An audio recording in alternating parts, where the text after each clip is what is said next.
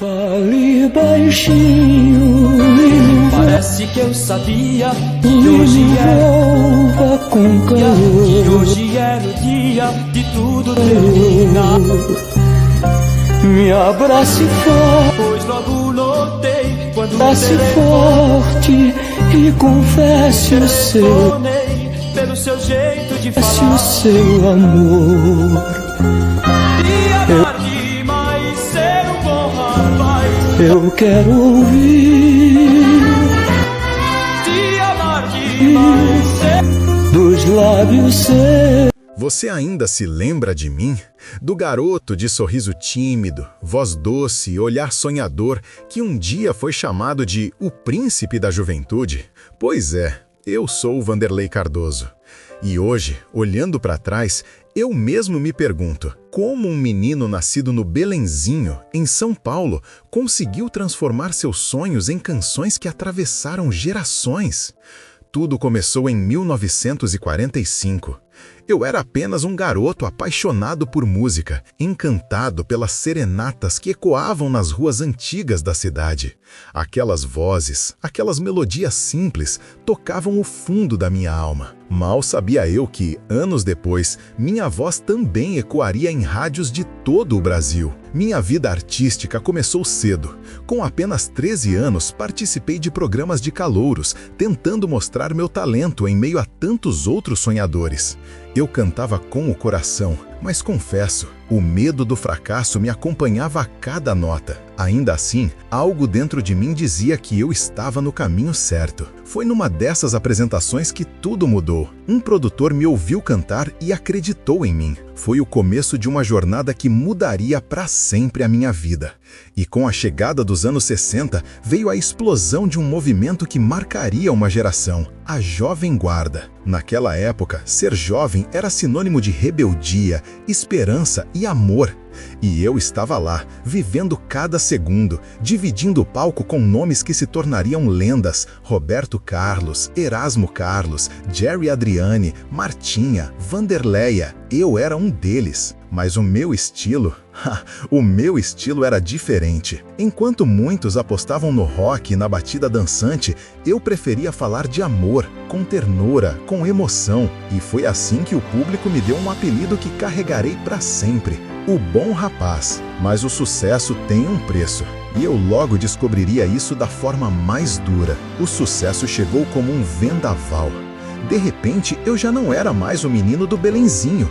Era o Vanderlei Cardoso, o ídolo romântico que fazia multidões suspirarem. Os fãs gritavam meu nome, os programas de TV me disputavam e as rádios tocavam minhas músicas sem parar. Canções como Preste Atenção, Doce de Coco, O Bom Rapaz viraram hinos de amor e saudade. Eu me lembro das caravanas de fãs, das flores jogadas no palco, dos olhos marejados que me esperavam à saída dos shows. Era emocionante, mas confesso, era também assustador. Eu ainda era muito jovem e de repente tudo o que eu fazia virava notícia. A fama não me deixava respirar. Durante a Jovem Guarda, vivi os dias mais intensos da minha vida.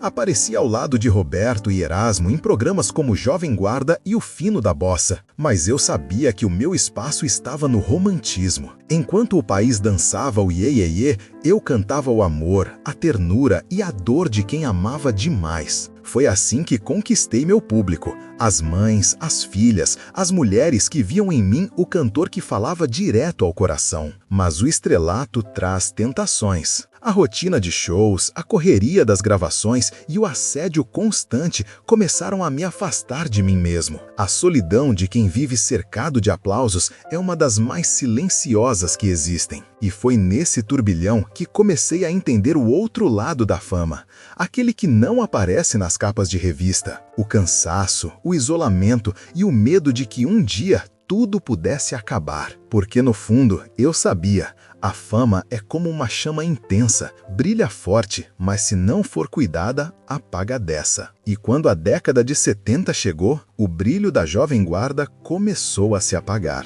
E junto com ele, parte do meu mundo também.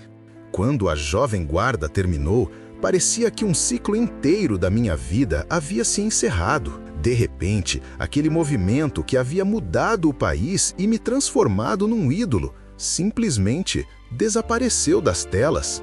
O público que me acompanhava começou a seguir novos sons, novas caras, novos ritmos.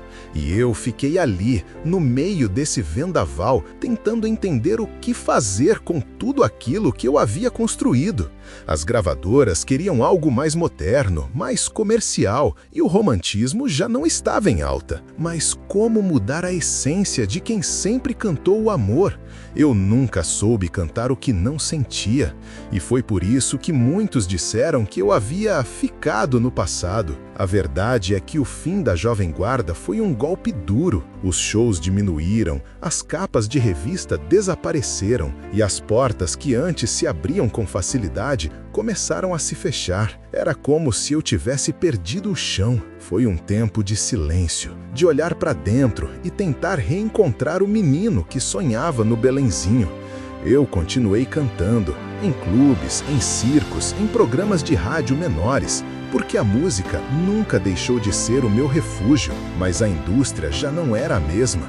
E eu precisei reaprender a existir longe dos holofotes. Muita gente não imagina o quanto é difícil para um artista ver o público se afastando aos poucos. Cada aplauso que se cala deixa um vazio.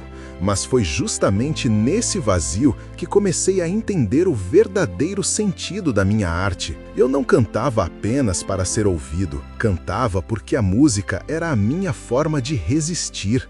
E mesmo quando parecia que o público havia me esquecido, eu ainda acreditava que um dia o amor voltaria a ser moda. E foi essa fé que me manteve de pé, enquanto o mundo ao meu redor mudou tão depressa. Foram anos difíceis, anos em que precisei olhar para mim mesmo e entender que o sucesso é apenas uma parte da jornada, não o destino final. Muitos colegas da Jovem Guarda seguiram caminhos diferentes e alguns até deixaram a música, mas eu nunca consegui me afastar do palco. Mesmo quando as luzes eram mais fracas e o público menor, eu sentia que cada apresentação era uma forma de agradecer por tudo o que vivi. Mas dentro de mim havia uma saudade, não apenas dos tempos de glória, mas da pureza que existia em cantar apenas pelo prazer de cantar. Foi então que minha fé começou a falar mais alto. Em meio às incertezas, encontrei conforto na espiritualidade.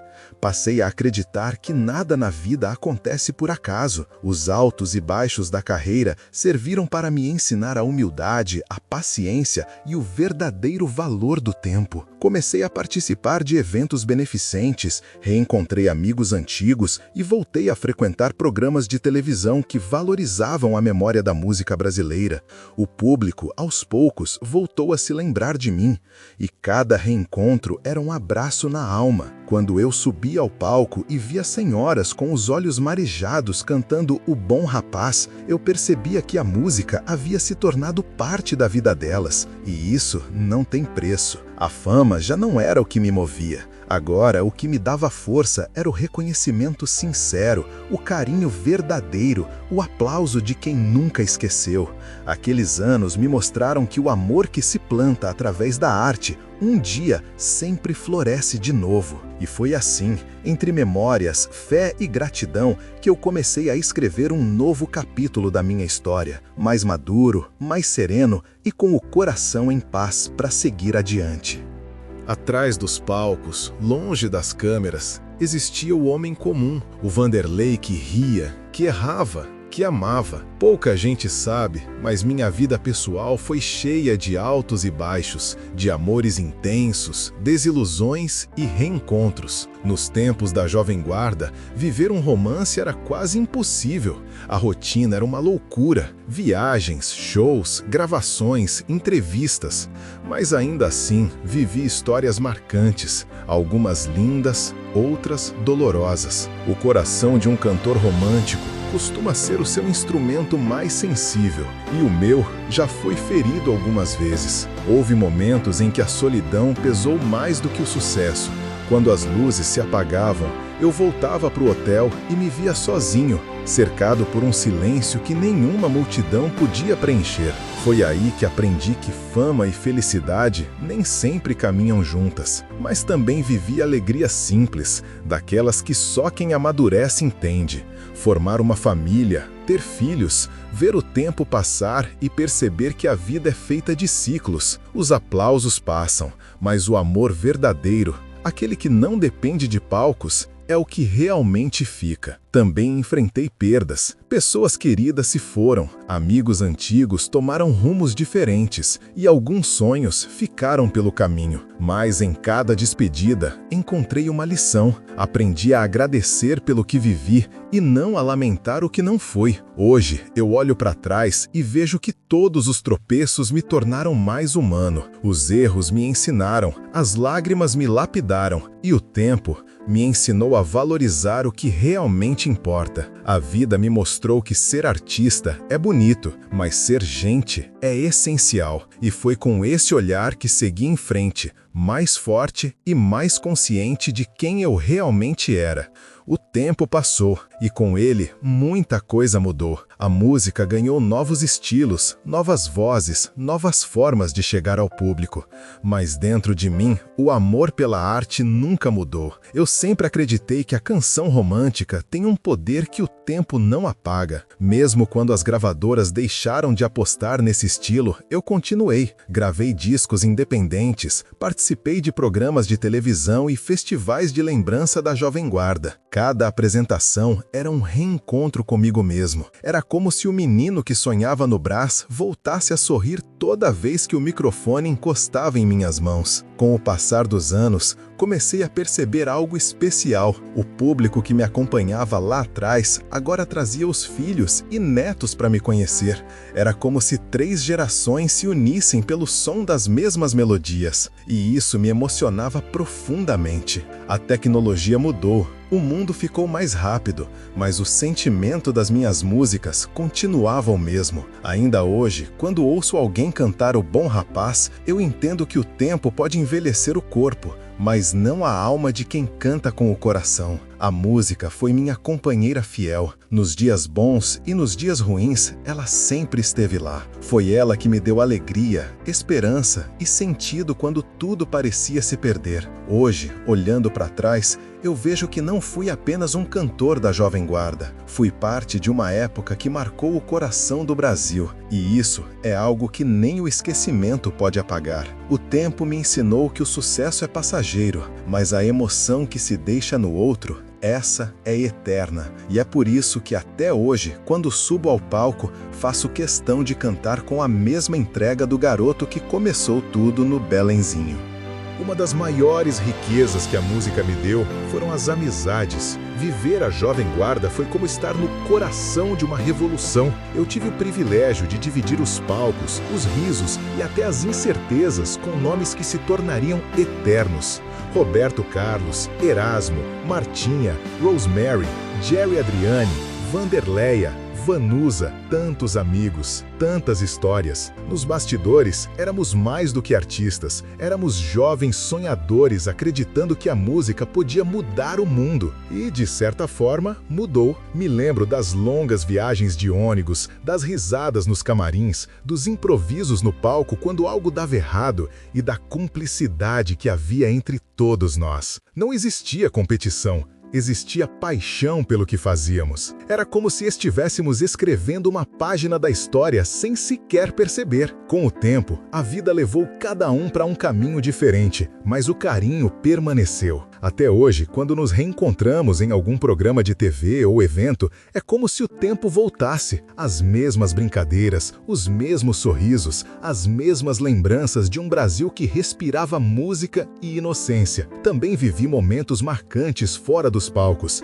como quando conheci Aguinaldo Timóteo, que me deu conselhos valiosos sobre disciplina e respeito ao público. Ou quando participei de homenagens a Elis Regina e percebi a grandeza da geração que fez da a canção brasileira um patrimônio cultural. Esses encontros moldaram quem eu sou. Aprendi que a fama passa, mas o respeito e a amizade entre artistas são o que realmente resistem ao tempo. Cada um de nós carregava uma história, uma dor, um sonho. E mesmo quando o brilho da Jovem Guarda se apagou, a luz dessas amizades continuou a me guiar. Hoje, quando fecho os olhos, ouço as risadas, lembro das vozes, das músicas ecoando no rádio e sinto um orgulho imenso por ter feito parte de um tempo que jamais vai voltar, mas que continua vivo dentro de cada coração que ainda canta nossas canções. Houve um tempo em que o silêncio foi meu maior palco. As luzes se apagaram, os convites rarearam e, de repente, parecia que o mundo havia se esquecido de mim. Para um artista acostumado com o carinho do público, essa é uma das dores mais difíceis de suportar. As novas gerações já não conheciam meu nome e a mídia, sempre em busca de novidades, já não tinha espaço para os que vieram antes. Mas eu aprendi a não me amargurar. O tempo ensina que a vida segue um ciclo e que o brilho de ontem pode voltar, se a chama dentro de nós continuar acesa. Foi nessa fase que precisei de força interior. Passei por dificuldades financeiras, enfrentei problemas de saúde e até precisei me reinventar para continuar vivendo da arte. Mas nunca deixei de cantar. Mesmo quando os cachês diminuíram, mesmo quando os palcos ficaram menores, eu estava lá, de microfone na mão, alma aberta e coração inteiro. Alguns me perguntavam por que eu ainda insistia. E eu sempre respondia, porque a música é o ar que eu respiro. A solidão e o esquecimento me ensinaram mais do que o sucesso. Aprendi a valorizar o que realmente importa, o amor do público fiel, o sorriso de quem me reconhece na rua, o aplauso sincero de quem diz "eu cresci ouvindo você". Com o tempo, percebi que o verdadeiro artista não vive de fama, vive de propósito. E o meu sempre foi emocionar as pessoas. Mesmo quando a vida me colocou de lado, eu sabia que ainda havia quem me ouvisse, e isso bastava para seguir. Foram anos de luta silenciosa, mas também de muita fé. E foi essa fé que me manteve firme, até que, aos poucos, a história começou a mudar de novo. O público voltou a me procurar, a internet começou a resgatar vídeos antigos e novas gerações passaram a descobrir o bom rapaz da Jovem Guarda. O esquecimento, afinal, nunca é total. Enquanto houver uma voz que canta, sempre haverá um coração que escuta.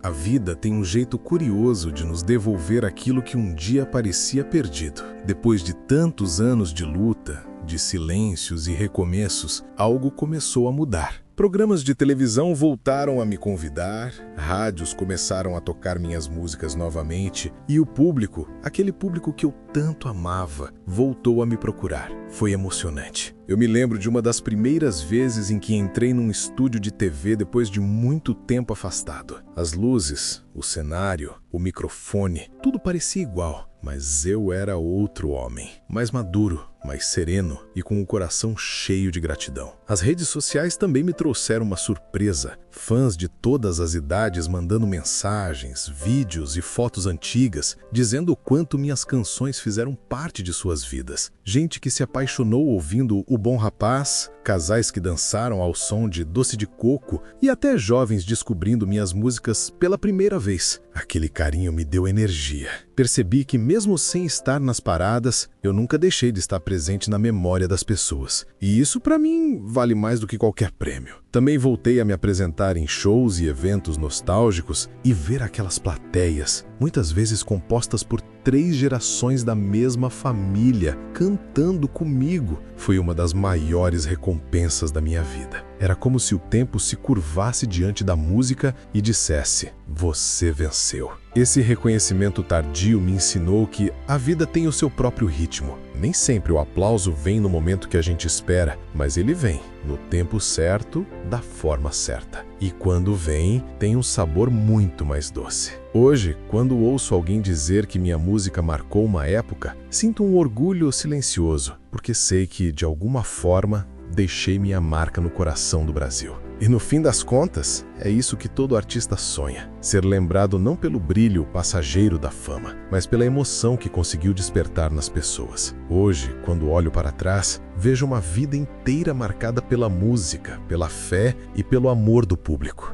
Já não busco os holofotes de antes, nem as multidões gritando meu nome. O que eu procuro agora é paz e gratidão. Continuo cantando sempre que posso. Ainda participo de programas, eventos e shows especiais que relembram a Jovem Guarda, esse movimento que mudou o Brasil e me deu tudo que sou.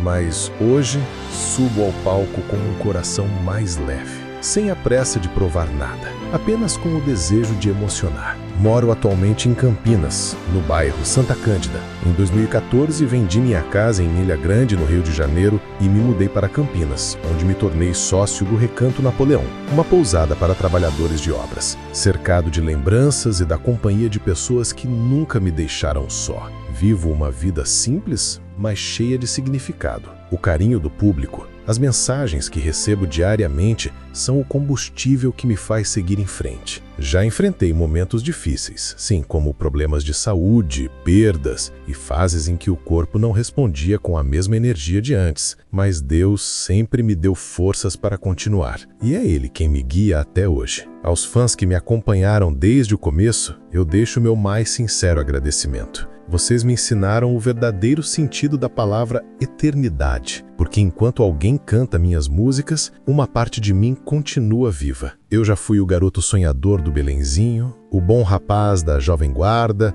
o artista que viu a fama ir e voltar como as ondas do mar. Mas acima de tudo, sou um homem grato. Grato por ter vivido tudo isso, por ter amado, cantado e tocado tantos corações. Se há uma mensagem que quero deixar é esta: nunca desista dos seus sonhos. Eles podem adormecer, mas nunca morrem. E quando a vida parecer silenciosa demais, lembre-se, às vezes é no silêncio que Deus prepara o próximo aplauso. Obrigado por me ouvirem. Obrigado por me deixarem cantar e por manterem viva a minha história. E você? Qual famoso você quer ver por aqui? Comente o nome dele.